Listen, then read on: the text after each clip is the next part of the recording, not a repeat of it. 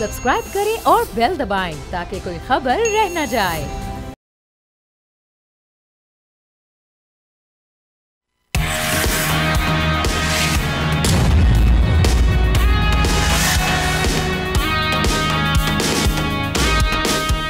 अस्सलाम वालेकुम नाजरीन, आप देख रहे हैं न्यूज़ पंच। मैं हूं आमना खटाना। कौमी शनाख्त समझा जाने वाला इदारा कब कौम पर बोझ बन गया पता ही नहीं चला। पाकिस्तान का नाम दुनिया भर के उफक पर जगमगाने वाली एयरलाइन कैसे जवाल की पस्तियों में धंसती चली गई ये नहीं पता चल सका। बाकमाल लोगों की लाजवाब सर्विस अंदरूनी सियासत का शिकार होकर कैसे $3.25 अरब के कर्ज तले दब गई, इसका भी कोई जवाब नहीं है। PIA ही एशिया की वो पहली एयरलाइन थी जिसने 1960 में बोइंग 707 शामिल किया। PIA ने मुत्तहिदा अरब इमारात की एमिरेट्स को अपने पांव पर खड़ा करने में मदद दी थी। एमिरेट्स की पहली परवाज़ PIA के पायलट कैप्टन फजल गनी मियां ने उड़ाई, लेकिन फिर 80 की दहाई से कौमी एयरलाइन के डाउनफॉल का आगाज़ हो गया और वो वक्त भी आया कि यूरोप, जो कभी PIA के लिए एक बहुत बड़ी मार्केट था, उसकी एयर सेफ्टी एजेंसी ने 2020 में PIA के फ़्लाइट ऑपरेशन को मुअत्तल कर दिया। लेकिन अब खुशी की बात यह है कि तकरीबन 4.5 साल बाद यूरोपीय यूनियन एयर सेफ्टी एजेंसी ने PIA समेत एयर ब्लू के यूरोप में फ़्लाइट ऑपरेशन से पाबंदी उठा ली है, जिसके बाद अब इनकी परवाज़ें जल्द ही यूरोपीय आसमानों में परवाज़ भर सकेंगी। दूसरी जानिब हम ये देख रहे हैं कि हुकूमत एक मरतबा फिर कौमी एयरलाइन की प्राइवेटाइजेशन के लिए एक्टिव हो गई है और एक्सप्रेस ट्रिब्यून की खबर के मुताबिक, शहबाज राना की रिपोर्ट के मुताबिक, हुकूमत ने PIA का एक हिस्सा प्रिसिशन इंजीनियरिंग कॉम्प्लेक्स पाक फ़ज़ाइया को 6.5 बिलियन रुपए में फ़रोख्त करने का फैसला कर लिया है, जिसमें से 2.5 अरब रुपए पेमेंट कैश होगी। PEC कौमी एयरलाइन का एक बिजनेस यूनिट है जो एरोस्पेस इंडस्ट्री और कई दीगर सनतों के लिए पार्ट्स तैयार करता है। इस फैसले की फॉर्मल समरी मंजूरी के लिए फेडरल कैबिनेट भेजी जाएगी। अब एक तो हम देख रहे हैं कि जो होने वाला, इससे प्राइवेटाइजेशन में कितनी मदद मिलेगी, कितनी आसानी होगी, क्या फ़ायदा होगा, और दूसरा ये जो हम देख रहे हैं कि एक्सप्रेस ट्रिब्यून की जो खबर जो हम देख रहे हैं कि PIA का एक बिज़नेस यूनिट पाकिस्तान एयरफोर्स को जो फ़रोख्त करने का फ़ैसला है, क्या ये हुकूमत का फ़ैसला दुरुस्त होगा अगर ये मामला इसी तरह है खबर के मुताबिक। इस पर डिस्कशन का आगाज़ करते हैं। मैं तारुफ़ करवा देती हूँ मेहमानों का। एहतशामुल हक साहब हैं, डॉक्टर दानिश हैं, शहजादा जुल्फ़िकार साहब हैं, इनके साथ साथ हमें इतरत रिजवी साहब ने, फॉर्मर मेंबर प्राइवेटाइजेशन कमीशन, आपने ज्वाइन की है, बहुत शुक्रिया। इतरत साहब, आपसे आगाज़ करते हैं। एक तो सबसे पहले वही जो मेरा सवाल है कि ये जो हमारी कौमी एयरलाइन है, इसको किस हद तक फ़ायदा होगा? अब ये जो पाबंदी जो लिफ्ट कर दी, जो बैन था उसको लिफ्ट कर दिया गया। दूसरी जो आपने मैंने बिजनेस वाला ये जो इनका यूनिट है, अगर ये पाकिस्तान एयरफोर्स को मिलता है तो इस खबर के भी हवाले से बताइएगा, ये सही डिसीजन होगा? जी, आपके इंट्रो में आपने ये बताया कि हमने PIA ने जो है वो एमिरेट्स एयरलाइन स्टार्ट की थी। तो इंटरेस्टिंगली एमिरेट्स एयरलाइन की जो परवाज़ें हैं वो EK से शुरू होती हैं, E और K, और E actually was Emirates and K was the first flight was from Abu Dhabi to Karachi. तो ये E वहाँ से एमिरेट्स का उठाया है और K कराची का उठाया। इस तरह से ये आगाज़ हुआ EK फ्लाइट्स का। अब आपका जो सवाल है वो ये है कि प्राइवेटाइजेशन की जो हमने कोशिशें की गुज़श्ता 3-4 सालों में, बल्कि 5 सालों में 2 दफ़ा हम क्लियरली नाकाम हुए, और इस दफ़ा भी जो हुई थी तो हमें नाकामी मिली थी। लेकिन अब मैं समझता हूँ कि डायरेक्शन हमारी बेहतर हो गई है और सही डायरेक्शन में हम जा रहे हैं। आपका ये सवाल जो है प्रिसिजन इंजीनियरिंग कॉम्प्लेक्स की सेल के बारे में, तो मैं ये समझता हूँ कि ये यूनिट जो है प्रिसिजन इंजीनियरिंग PEC, ये तो पहले ही कार्व आउट कर दिया गया था PIA से और ये कोर बिजनेस का हिस्सा नहीं था। लिहाजा इसके sell off to the Pakistan Air Force privatisation के प्रोसेस पे कोई असर नहीं पड़ने का।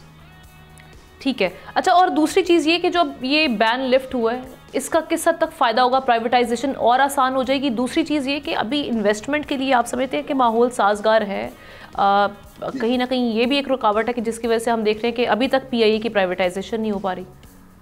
ओके, मैंने लास्ट टाइम आप ही के प्रोग्राम में कहा था कि किसी भी प्राइवेटाइजेशन और ख़ास तौर से एयरलाइंस की प्राइवेटाइजेशन में 2 किस्म के एसेट्स होते हैं। एक टेंजिबल एसेट्स हैं और एक इनटेंजिबल एसेट्स हैं।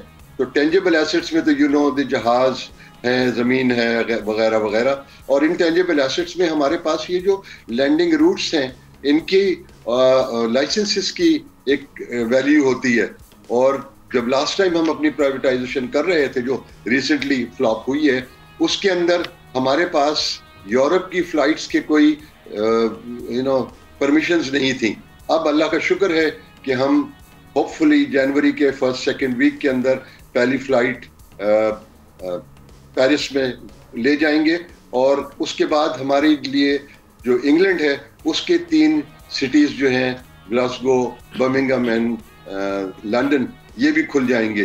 तो इनकी जो एक इंटेंजिबल वैल्यूएशन है, उसकी वजह से जो ओवरऑल पीआईए की price that we can fetch, उसमें डेफिनेट इंप्रूवमेंट आएगी। ठीक है, एहतशाम साहब आपकी जानिब आ रहे हैं, ये एक तो इस मामले को किस तरह से देख रहे हैं, इसमें ये भी ऐड ऑन कीजिएगा। ये कहा जा रहा है कि पीआईए की जो प्राइवेटाइजेशन है उसमें कहीं ना कहीं पहले हम माजी में देखते रहे सियासी मुदाखलत एक बहुत बड़ा हिस्सा था, जिसकी वजह से ये ज़वाल पजीर भी हुई। अब जब प्राइवेटाइजेशन अगर हो जाती है कामयाबी से, तो फिर इसके हालात पीआईए के किस हद तक दुरुस्त होंगे?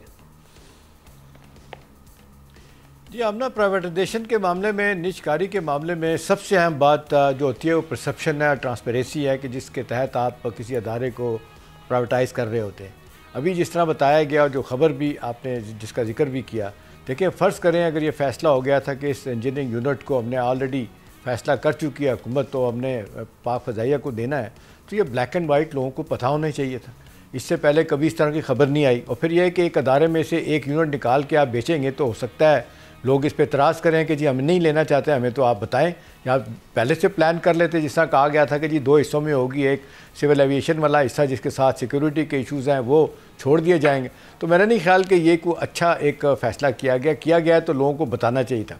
और फिर आपने वो फाइनेंशियल एडवाइज़र किस मर्ज़ की बला है जिसको 2.5 अरब रुपये आपने दे दिया, जो 10 अरब रुपये की पहले बोली लगी थी, वो तो 2.5 अरब लेके पीछे हो गए। और पता चला कि जी ये उनको बताना चाहिए था, ब्लैक एंड वाइट लोगों को पता चलता कि जी क्या चीज़ सूरत हाल है क्या नहीं।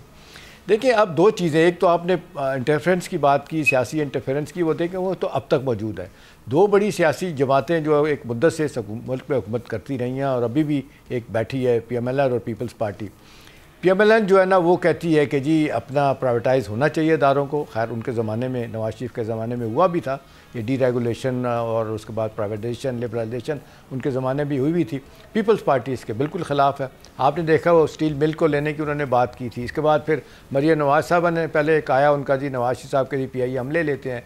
फिर एक बहुत क्रिटिसिज्म हुआ तो उन्होंने कहा जी नहीं हमें ज़रूरत नहीं है। नवाज शरीफ साहब ने कहा भाई आप कोई और लाइन लेने, तो मजाक बना हुआ है ना, आप ले लें मैं लेता हूँ, कोई छोड़ दे। असल बात है कि ये परसेप्शन जो है ना वो बड़ा बुरे तरीके से टार्निश हुआ। एक तो PTI के ज़माने में परसेप्शन ख़राब हुआ जब आपने देखा हवाबाजी के वज़ीर गुलाम सरवर खान साहब ने एक बयान दिया था, जिसको भुगतना पड़ा कि जी PI के पायलट जो है ना वो जाली वो रखते हैं अपना लाइसेंस। उसके बाद आज तक यूरोपियन यूनियन, अब खैर उन्होंने कहा है कि जी ठीक है आप अपने, उन्होंने इजाज़त दे दी है कि PIA यूरोप में फ़्लाई कर सकती है।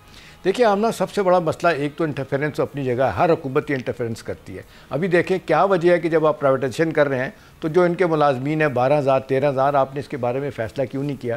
आप उनसे पहले प्राइवेटली तय कर लेते, जो भी बाहर है कि जी ये इनको हमने रखना है। एक खबर आई थी कि जी 3 साल के लिए रहेंगे, फिर आई कि शायद नहीं रहेंगे, फिर कहा गया कि जी कोई इतनी बड़ी वर्क फोर्स के साथ कोई लेना नहीं चाहता, तो क्लैरिटी नहीं है। और दूसरा हम ना देखें ना, जो सबसे बड़ा चैनल है वो फाइनेंशियल बर्डन का है। देखें इस वक्त जो सूरत हाल है, फाइनेंशियल लॉसेज हैं और ह्यूज डेट बर्डन है। 825 अरब रुपये का आपने देखें इनका कर्जा हो चुका है, और फिर जिस तरह लॉसेज इनके होते हैं आए दिन, वो एक मुश्किल बनी है। फिर आप देख लें रूट्स की बात की है, रूट्स पे तो अभी देखें कनेक्टिविटी की बात होती है। वो लोग जो आना चाह रही थी टर्किश एयरलाइन और एक दो और, वो तो रूट्स के हवाले से आ रही थी। अब रूट किसको कितने देने हैं कितने नहीं देने, ये भी सवाल है। रिस्ट्रक्चरिंग की बात होती है, वो नहीं है। वर्क फोर्स एक इशू है, तो ये नहीं लगता। आखिरी बात आना ये है कि देखें प्राइवेटाइजेशन PI की जो होनी है, ये अब एक ऐसी चीज़ बन गई है कि इसने सब पीछे जो तकरीबन 100 के करीब यूनिट है उनकी प्राइवेटाइजेशन को रोका हुआ है। यहाँ ट्रांसपेरेंसी नहीं आ रही, यहाँ पे नहीं पता चल रहा शफाफियत क्या है। तो मेरा नहीं ख्याल कि अब कोई इतने बेहतर तरीके से हुकूमत इसको बेचने के मूड में है और कोई इसको लेने के मूड में है। जी डॉक्टर साहब, देखिए 2 अहम चीज़ों के ऊपर मैं यहाँ ज़रूर बोलूँगा। एक है निजकारी और एक है PIA की तारीख़। एक तो बहुत अहम तारीख़ इतरत साहब ने बता दी कि EK जो आज तक कायम है उसकी वजह क्या है, उस पर मैं मज़ीद बात क्या करूँ। लेकिन ये जो PIA है, इससे पहले ये ओरिएंट एयरलाइंस के तौर पर एक्ट करती थी 1946 से, और 10 जनवरी 1955 को PIA की बुनियाद रखी गई। और मैं आपके सुनने वालों को ये बता दूं कि 1955 के बाद सही मायनों में 1960 से लेकर 1980 के दिहाई तक ये मुनाफा बख्श इदारा रहा। 1990 में इस पे जवाल शुरू हुआ और इसकी निजकारी उसी 1990 से शुरू की गई। पहली निजकारी की कोशिश 1990 में की गई, उसके बाद 2000 को की गई, फिर 2015 को की गई, फिर 2017 और 18 को भी की गई 26% पे। अब 2023 और 2024 में और ये 23 में ये की जा रही है 60% में। अब सवाल ये पैदा होता है कि PIA के पास है क्या। PIA इस वक्त 300 आपके कोई जो अरब 348 अरब में के रुपए में जो है इस वक्त जो है इसका खसारा है। मालियत तकरीबन नहीं, बल्कि इसकी मालियत तकरीबन 348 अरब रुपए है और इस वक्त जो इसके ऊपर खसारा है वो है तकरीबन 200 अरब रुपए। अब सवाल ये पैदा होता है कि अब निजकारी यानी तकरीबन इसके पास जो जहाज है वो 33 जहाज है और 33 में से सिर्फ 16 ऑपरेशनल हैं, 17 ग्राउंड हैं, जिसकी सबसे बड़ा मजला इंजीनियरिंग के पुर्जे और पैसे और सारी है। अब निजकारी के लिए प्रॉब्लम्स क्या है, मैं थोड़ा सा उस पर आपके सुनने वाले को बता दूं कि इसलिए निजकारी नहीं होती कि इसमें माली वसाइल और वाजबात जैसे मैंने कहा 200 अरब रुपए का खसारा है। दूसरा बैनुल-अक़वामी परवाज़ों की मुअत्तली है जहां से सही इनकम आती है।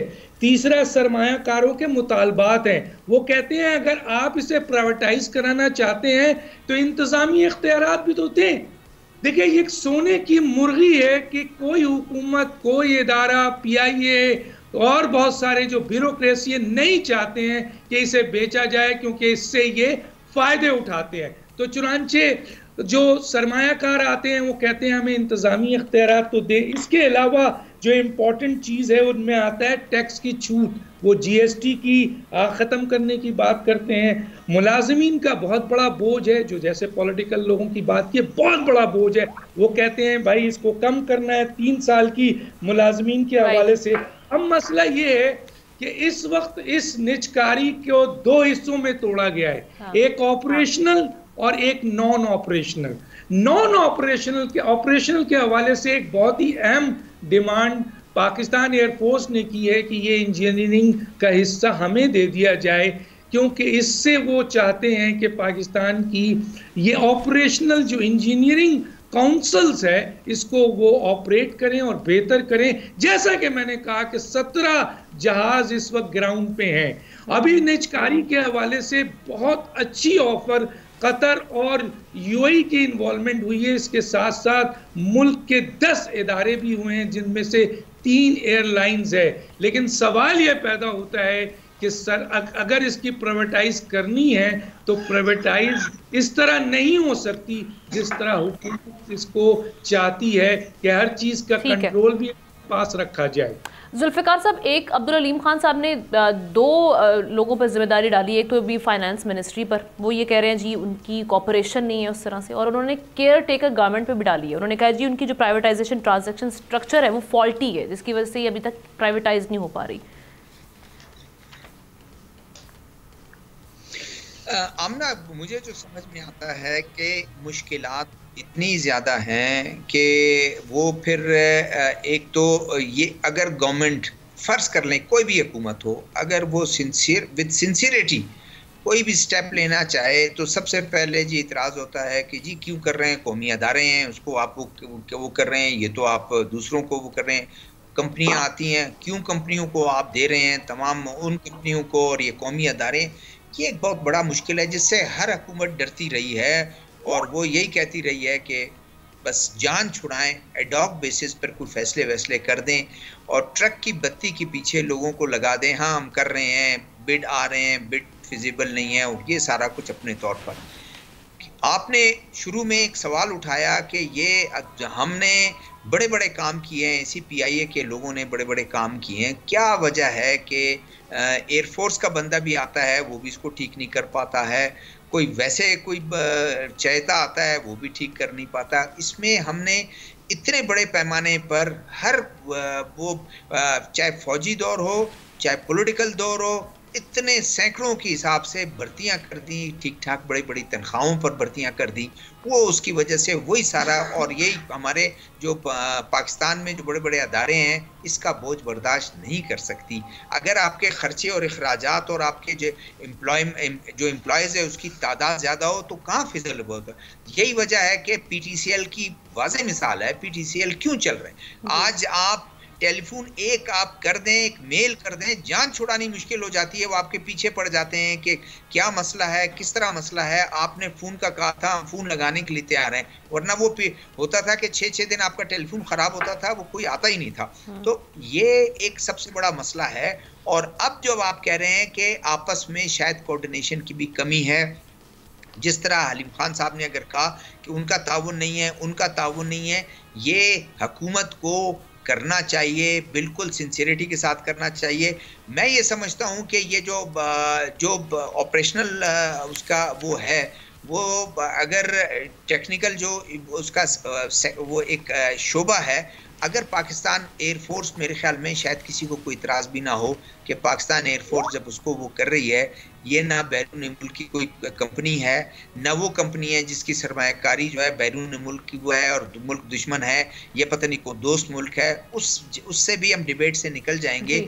ये एक स्टेप है, देखें इसको, ये स्टेप हो तो जाए, उसके बाद नेक्स्ट स्टेप क्या होता है। और जिस तरह से डिटेल में बताया गया, दानिश साहब ने जिस तरह बताया कि वो उसके कर्जे आप देख लें, उसकी चीज़ों को उसका खसारा देख लें, ये बहुत मुश्किल है। कोई ना कोई स्टेप तो ले लें, वरना ये सारी उम्र पब्लिक का पैसा उसके खसारे में जाता रहेगा और फायदा वो चंद हाथों को ही होगा, इससे ज्यादा। जी साहब, अब ना एक चीज़ बड़ी खौफनाक है कि ऑडिटर जनरल की जो लेटेस्ट रिपोर्ट है वो ये कहती है कि बड़ी ऑर्गेनाइज मिसमैनेजमेंट है PI के अंदर, फ्रॉडुलेंट प्रैक्टिसेस हैं, करप्शन है। अब ये बताएं कि गवर्नमेंट ऑफ पाकिस्तान का एक अदारा अगर इस तरह की रिपोर्ट देता है, उसके बाद कौन जल्दी आएगा इसको लेने के? ठीक है इतरत साहब, मैं चाहूँगी कि इस पर आप ज़रा बता दीजिए कि अगर ये प्राइवेटाइजेशन आपकी एंटिसिपेशन के इन सारे हालात के होते हुए कब तक गवर्नमेंट ऑफ पाकिस्तान इसको कर लेगी, कामयाबी से होगी या नहीं होगी? और दूसरी चीज़ ये कि किन मुश्किलात का सामना करना पड़ सकता है अगर ये नहीं करते, क्योंकि IMF ने तो कहा हुआ है कि आपके जो नॉन प्रॉफिटेबल जितने भी इदारे हैं, जो आपके एसेट्स हैं, उनको भी प्राइवेटाइज किया जाए। इस शर्त को भी देखना है हमने। जी देखिए, इस जो प्राइवेटाइजेशन का प्रोसेस है, इसके अंदर सबसे पहला डिसीजन तो गवर्नमेंट ऑफ पाकिस्तान ने, या आप ये समझें कि हमारी जो कैबिनेट है उसने करना है, और वो ये फैसला है कि क्या ये मोड ऑफ प्राइवेटाइजेशन जो है G2G होगा या ये नॉर्मल जो हमारी कन्वेंशनल प्राइवेटाइजेशन है उसके थ्रू होगा। अगर ये G2G हुआ तो ये प्रोसेस जल्दी हो सकेगा, लेकिन अगर ये कन्वेंशनल के थ्रू हुआ तो उसके बाद हमारा नेक्स्ट स्टेप जो होगा वो है हमारा है appointment of the financial advisor, और इसके बाद फिर काफ़ी प्रोसेसेस चलते रहेंगे। और मैं समझता हूँ कि ये जो प्राइवेटाइजेशन होगी PIA की, इसके अंदर 5 से 6 महीने लग जाना कोई बईदस कयास नहीं है। ठीक है, चलें, आपका इस हवाले से पॉइंट ऑफ व्यू आ गया है। इतरत रिजवी साहब बहुत इस सेगमेंट के लिए हमें ज्वाइन किया, बाकी हमारे गेस्ट हमारे साथ रहेंगे। ज़ाहिर शाह शराजी साहब हमें नेक्स्ट सेगमेंट के लिए पॉलिटिकली इस वक्त क्या मामला चल रहे हैं उस पर बात करेंगे ब्रेक के बाद।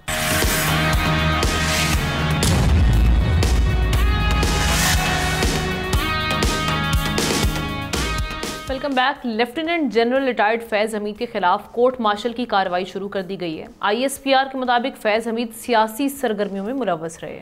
उन्होंने ऑफिशियल सीक्रेट एक्ट की खिलाफ वर्जियाँ की। फैज़ हमीद 9 मई से जुड़े वाक़यात भी शामिल तफ्तीश उनको कर दिया गया। इस हवाले से इस खबर के किस हद तक असरात होंगे और आगे क्या मामला चलेंगे, पाकिस्तान तहरीक इंसाफ चूँकि 9 मई के मामला में वो पार्टी मुलव्वस है और कहा यह जा रहा है कि अब जाहिर सी बात है शिकंजा सख्त होगा उनकी जानिब भी। किस तरह से देख रहे हैं हमारे पैरालिसिस को डॉक्टर साहब?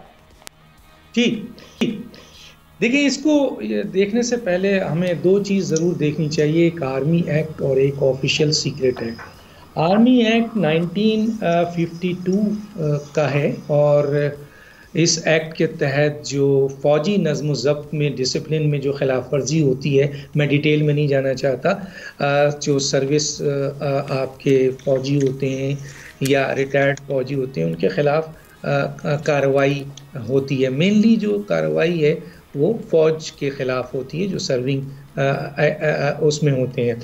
ऑफिशियल सीक्रेट एक्ट में फौज के खिलाफ भी होती है और सिविलियन के खिलाफ भी होती है।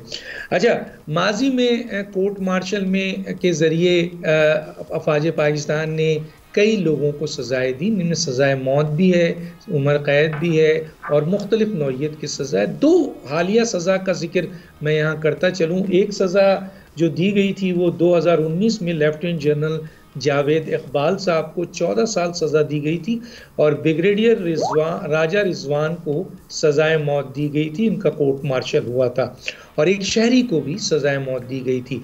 और अभी 2023 में आपने सुना होगा रिटायर्ड अफसरान में मेजर आदिल फारूक राजा को और कैप्टन हैदर रज़ा मेदी को 12 और 14 साल सज़ा दी गई है।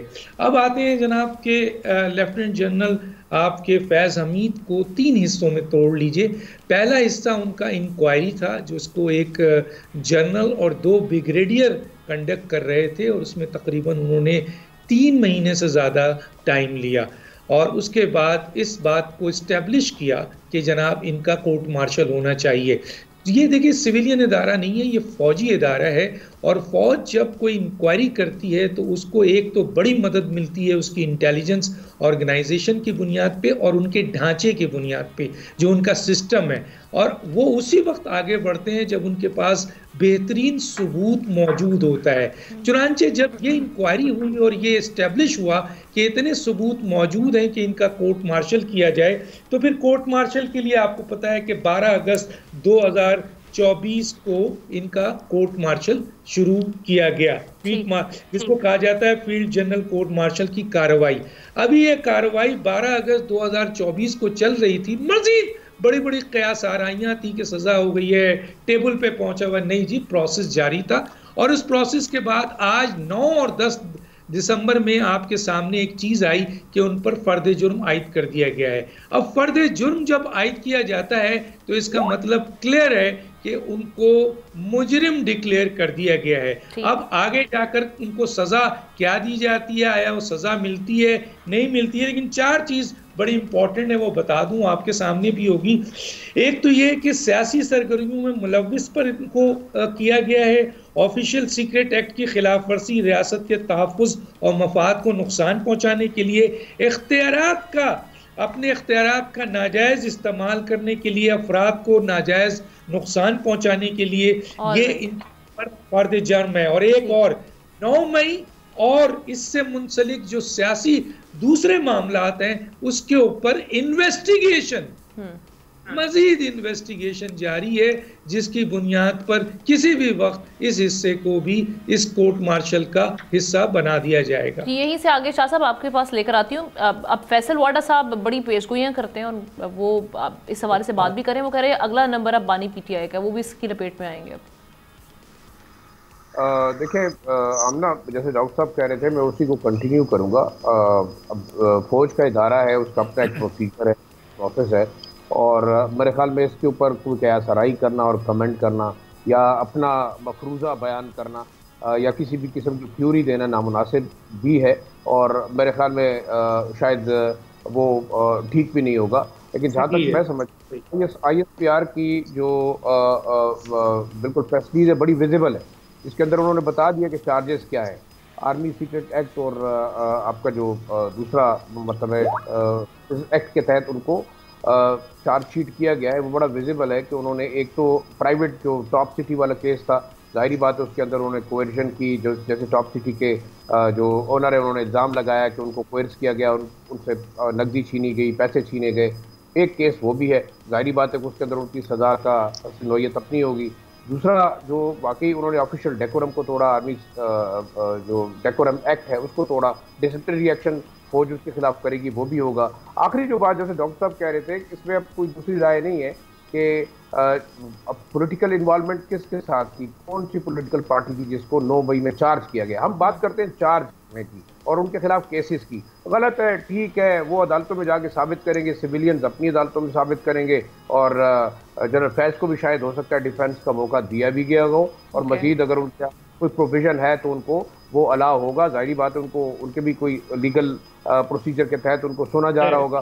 तो अपनी एक्सप्लेनेशन जो है वो बयान करेंगे। अब देखना ये हो गया, किसी भी किस्म की चीज़ को हम मुल्की अगर वफाद के अंदर देखें तो मैं ये समझता हूँ कि चाहे मुल्की वफाद के खिलाफ कोई भी शख्स काम करता हो और उसके ऊपर साबित होता है, गलत है, ठीक है, ये अदालत का काम है, मेरा और आपका काम नहीं है, हम उस पर क्या सराही नहीं करेंगे। लेकिन इसमें कोई दूसरी राय नहीं। पाकिस्तान की सालमियत, पाकिस्तान का कॉन्स्टिट्यूशन, पाकिस्तान की जो वो कहते हैं ना यूनिटी, वो बड़ी इंपॉर्टेंट है। चाहे वो तहरीक इंसाफ थी, चाहे वो PMLN थी, चाहे पीपल्स पार्टी थी, चाहे वो फौज का कोई मुलाजिम था जिसने इस किस्म की हरकत की और पाकिस्तान के आइडियोलॉजी और इंस्टीट्यूशन को नुकसान पहुंचाया, और ऑब्जेक्टिवली उसके खिलाफ ट्रायल हुआ और वो साबित हुआ कि वो गिल्टी है, के खिलाफ एक्शन होना चाहिए। अब चाहे वो बानी PTI हैं, चाहे उनके साथ और लोग हैं, या कोई भी ऐसा शख्स जो इन्वॉल्व रहा है और उसके ऊपर साबित होता है, मैं ये समझता हूँ कि उनको वाकई सज़ा मिलनी चाहिए। अगर वो समझते हैं कि जनाब उनके साथ फेयर ट्रायल हुआ है और उनकी सज़ा वाकई बनती है, ये अदालत का फैसला है, वो करेगी, तो एक्शन होना चाहिए। इसमें कोई दूसरी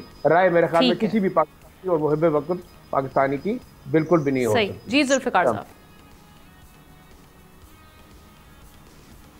देखिए, इस वक्त तक तो जो चार्जशीट उनको दिया गया है और उसके बाद ट्रायल उनका शुरू हो जाएगा, इसका मतलब एनफ एविडेंसेस जो हैं वो इकट्ठी की जा चुकी हैं। अब जराए में वो अपने आप को, उनको सहूलत भी है कि उनके वकील और वो डिफेंस कर सकें उनको, लेकिन बड़ा कम ऐसे हुआ है अगर आप उसको देखें पाकिस्तान की हिस्ट्री में। और ये अगर हुआ है तो वो फिर सख्ती से हुआ है, उस पर अमल दरामद। सारी दुनिया को इस वक्त, सारे पाकिस्तान को इस वक्त एक इंडिकेशन हो गया है कि ज़रूर सज़ा होगी, क्योंकि एनफ एविडेंसेस उनके पास जा चुकी हैं।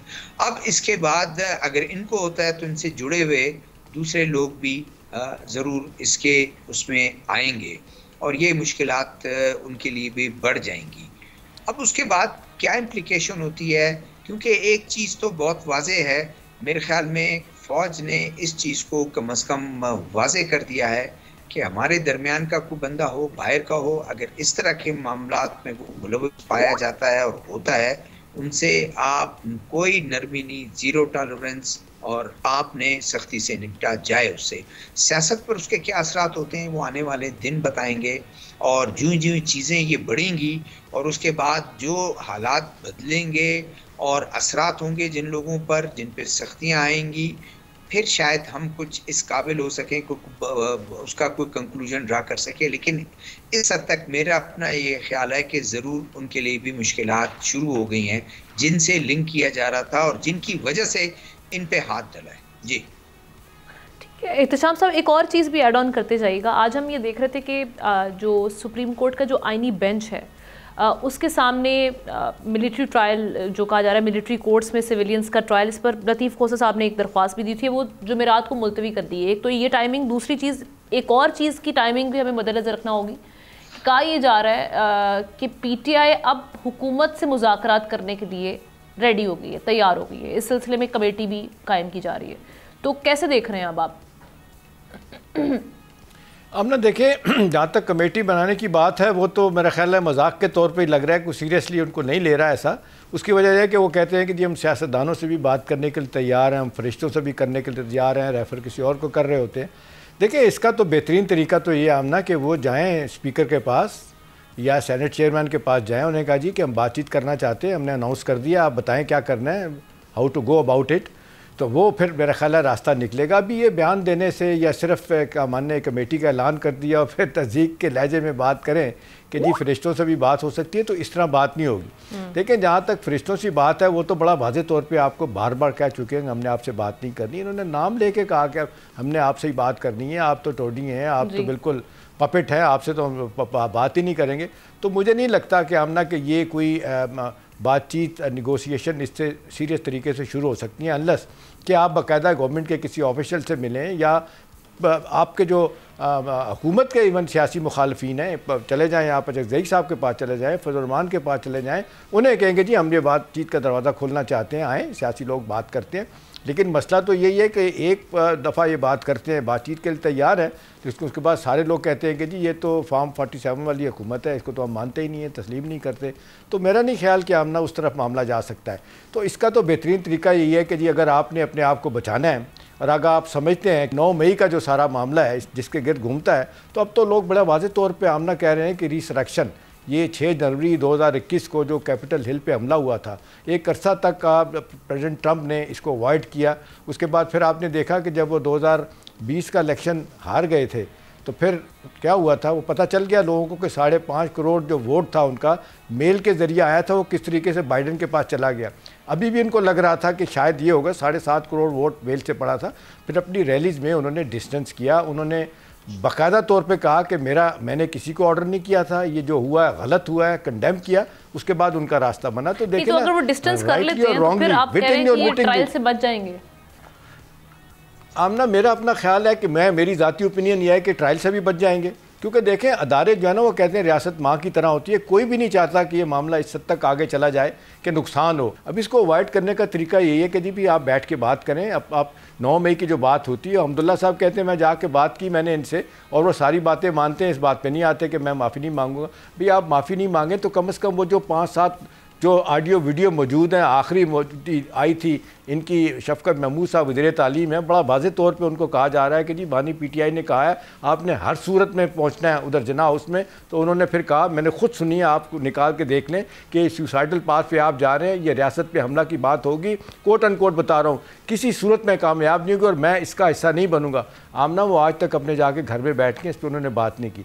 तो मेरा नहीं ख्याल है कि 250 अपनी जिसको कहते हैं छावनियों पे जाके आप हमले करने के बाद ना सिर्फ उसको कि मैंने नहीं किया, उसके बाद आप कहे फॉल्स फ्लैग ऑपरेशन है, आप डेली टेलीग्राफ में आर्टिकल लिखे हैं, गार्डियन में लिखे हैं कि इन्होंने खुद करवाया, तो मेरा ख्याल है कोई नहीं मानेगा। और मैं एक आपको बड़ा वाज़े तौर पर बता दूँ आमना, वो कहते हैं हमें आपने बहुत बदनाम कर लिया है, आपके यूट्यूबर ये वो लोग सारा कुछ कर रहे हैं। अब इस खबर की प्रेशर के बाद ये जो आप देख रहे हैं, ये एक प्रेशर तो है PTI पे, अब जो ये खबर हम देख रहे हैं एहतशाम साहब क्विकली, तो इसके बाद आप समझते हैं कि कुछ नरमी पैदा होगी, फ्लेक्सिबिलिटी मजीद शो करवाएगी PTI?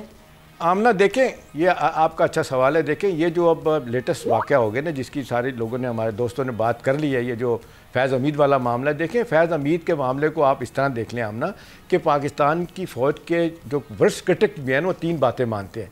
वो क्या है कि जी इनकी एक अपनी साख है, रेपुटेशन पे चलते हैं, डिसिप्लिन इनका है, तीसरा इन हाउस इनका अकाउंटेबिलिटी का सिस्टम है। उसके तहत जिस तरह अभी दानिश बता रहे थे, सारी डिटेल बता दी कौन कौन किस वक्त इनके साथ क्या हुआ। तो सियासत में तो लोगों को छोड़ दिया जाता है, ये किसी को नहीं छोड़ते।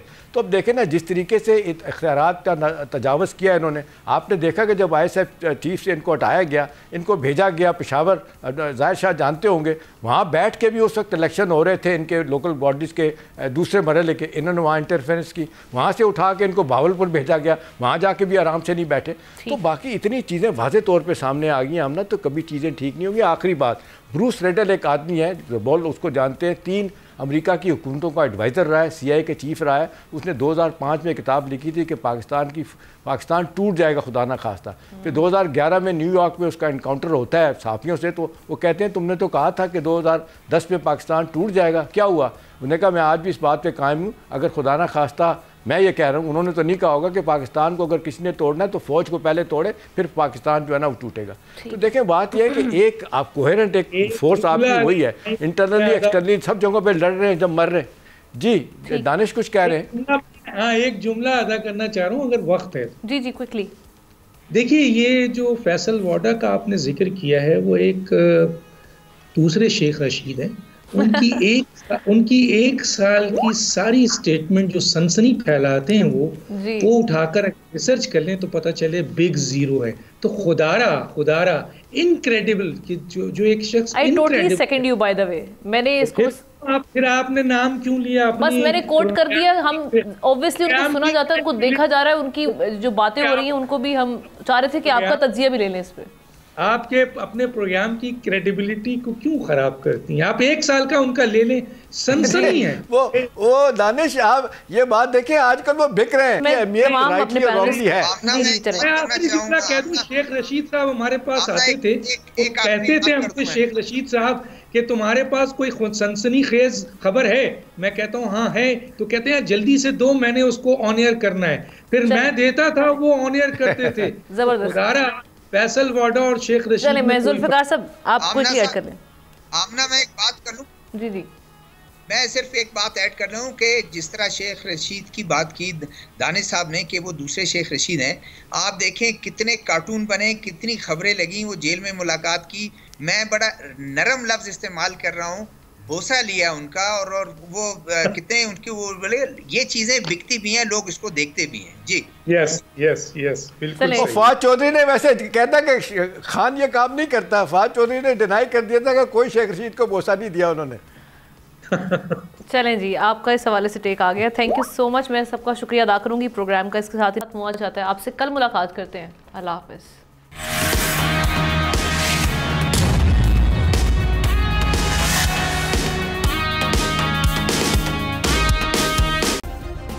सब्सक्राइब करें और बेल दबाएं ताकि कोई खबर रह न जाए।